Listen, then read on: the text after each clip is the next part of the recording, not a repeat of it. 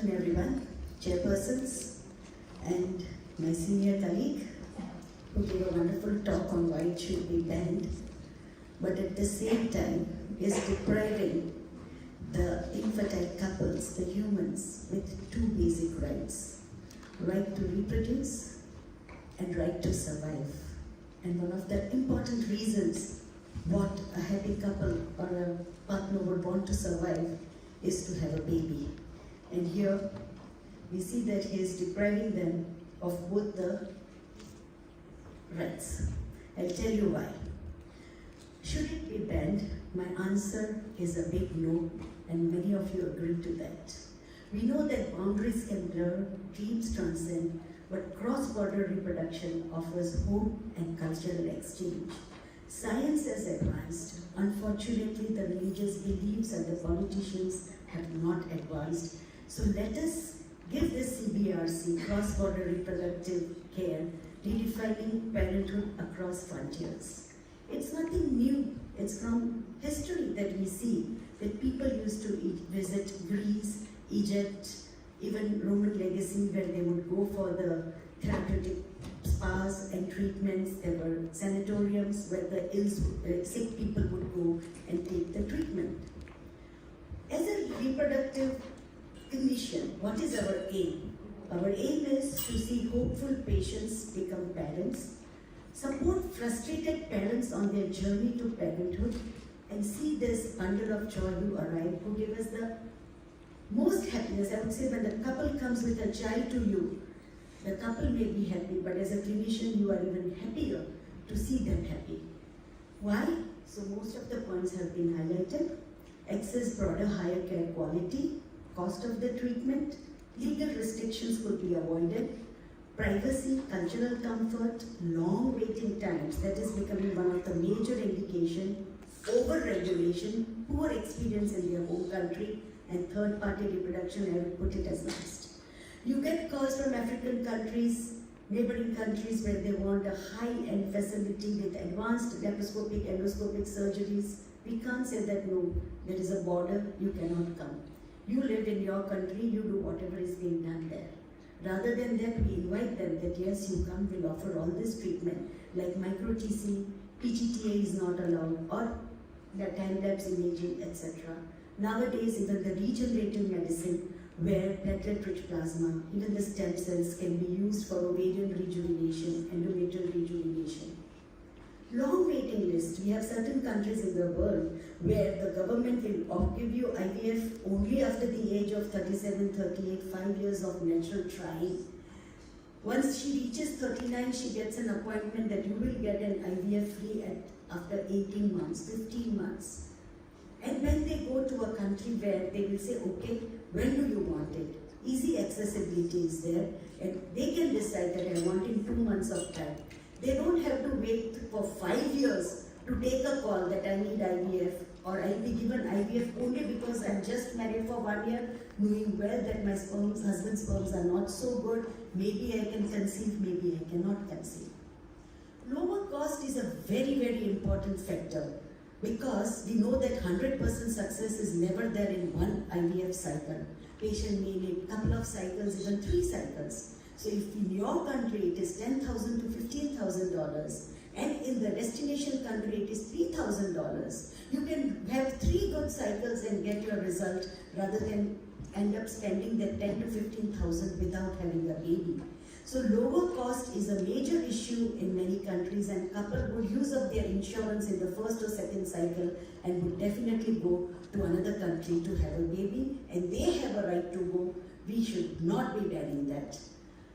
Spas. Yes, there are IVF spas. Couple already is under financial pressure, emotional pressure, mental torture, and they want some recreation also.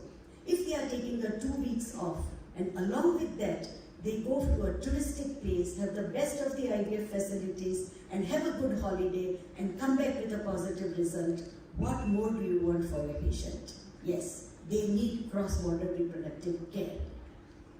Privacy, avoiding security, then even cultural sensibility they want.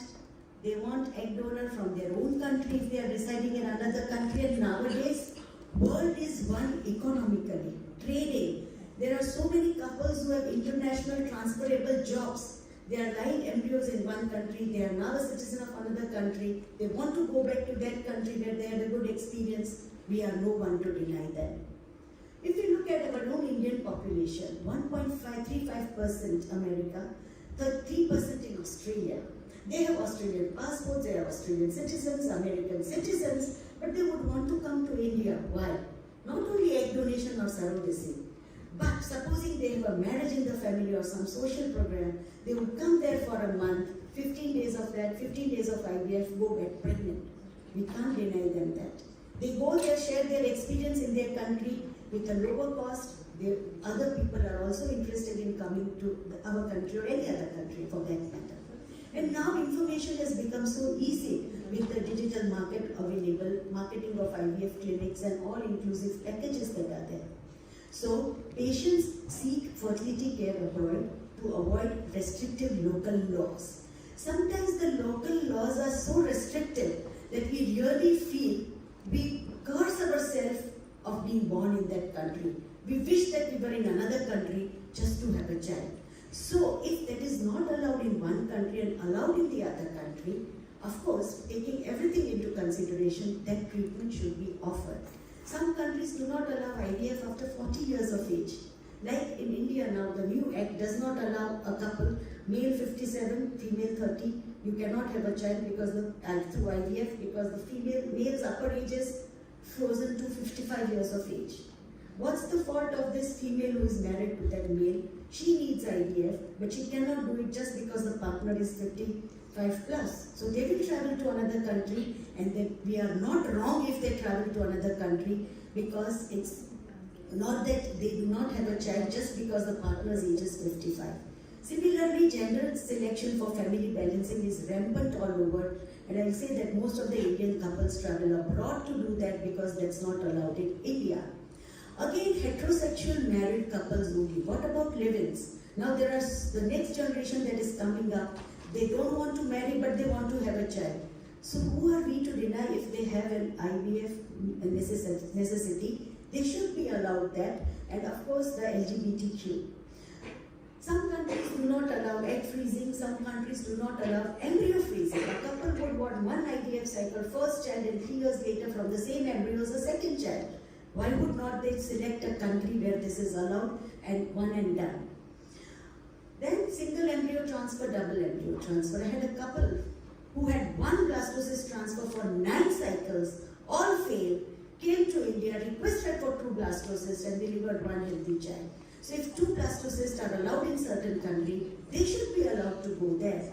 And egg donation, certain religious beliefs do not allow, but the couple wants it. At least 50% material is of the male. She is going to be the gestational mother, carry and deliver. She will have that bonding. Why not offer them that treatment if it's not allowed in their country? And of course, surrogacy, which I'll be touching. So these are the CBRC hotspots all over the world. In India also 0.183, this is general medical tourism, has gone to 0.304 in 2021.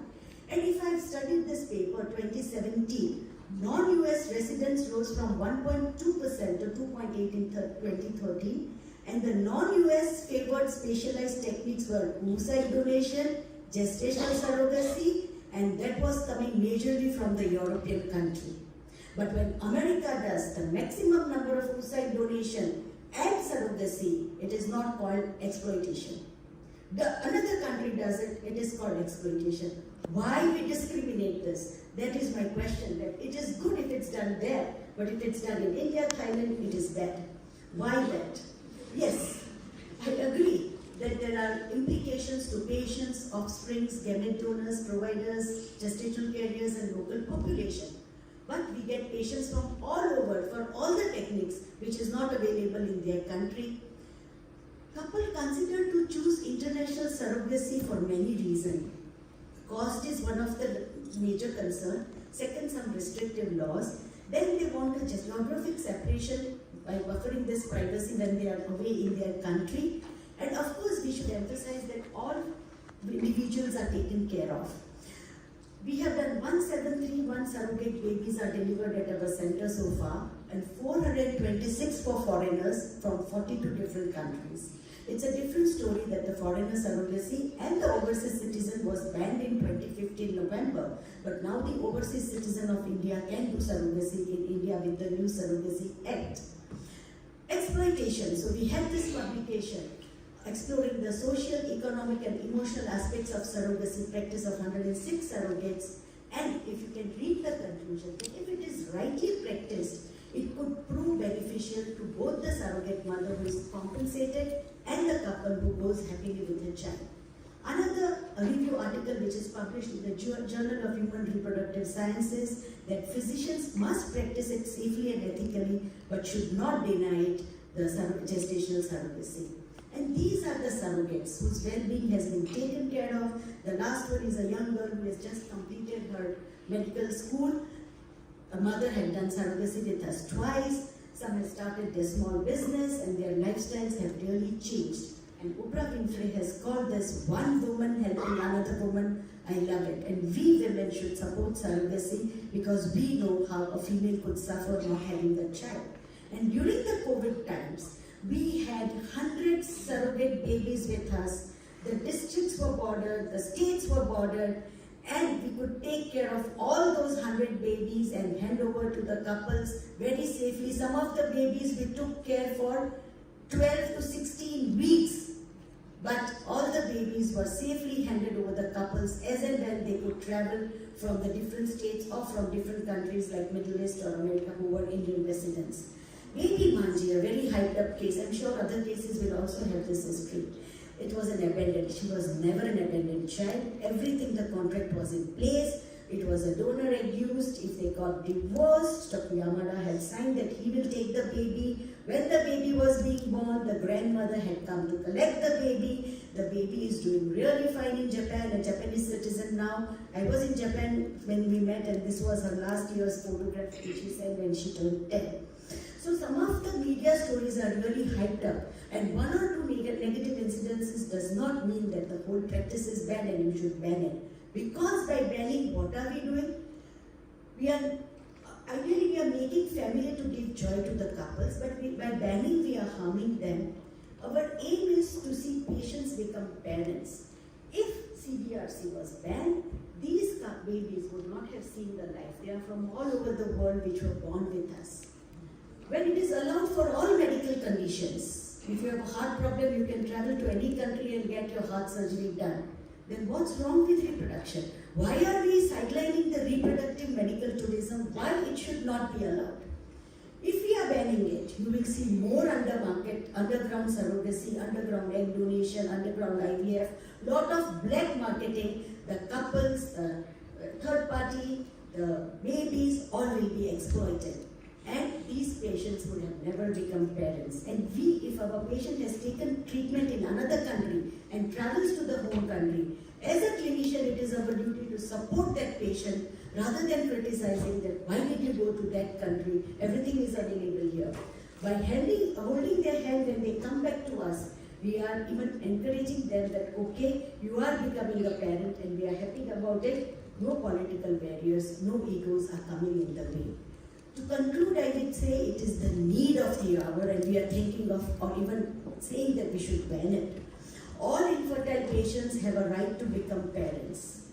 Infertile couples should not be deprived of having a baby just due to age, legal, financial restrictions or a long wait list or non-availability of a treatment. International legal framework can be a solution if at all, I would say, but not banned. Already we have got so many boundaries, political, religious, trade zones, war zones.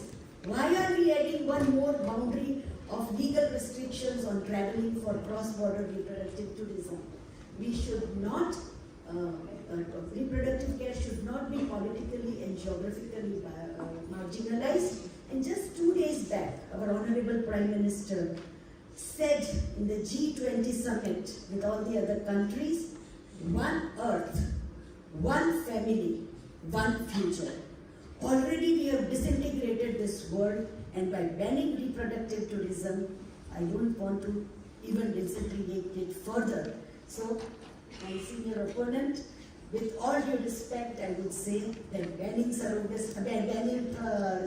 cross-border reproductive care is a crime and we should not be a party to it. Thank you.